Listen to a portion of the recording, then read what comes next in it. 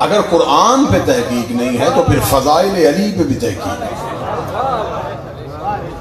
قرآن کی ایک آیت کو نہ مانو، باقیوں کو مانو، کافر۔ علی کے سارے فضائل کو مانو، ایک کو نہ مانو۔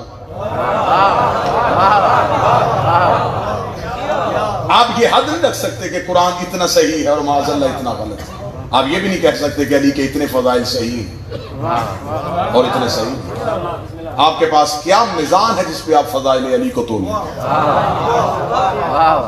آپ یہ سوچیں گے اختیارات علی، علی کا دنیا کا امام ہے۔ یہ دنیا تو ایک چھوٹا سا گولا ہے۔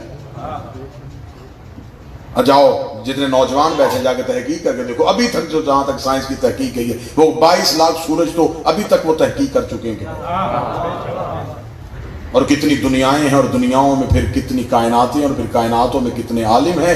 حدیث ہے 18,000 عالمین ہیں، 18,000 عالمین، ان عالمین میں پھر کائنات میں کہکشائیں، پھر کہکشاؤں پہ سورج، پھر سورج کی دنیایں، ان دنیا میں ایک ملک کا ایک شہر کی ایک کچی مسجد میں بیٹھ کے ایک 2 رکعت کی نماز پڑھانے والا مولوی کہہ رہا ہے کہ علی کیا ہے۔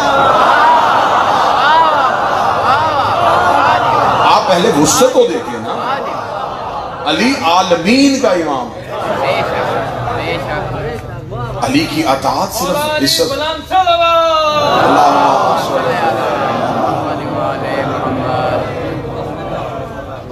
فضائل علی پہ، اختیارات علی پہ، ولایت علی پہ تحقیق نہیں ہے، صرف تسلیم ہے۔ ان کے بغیر تم اللہ کو پا ہی نہیں سکتے۔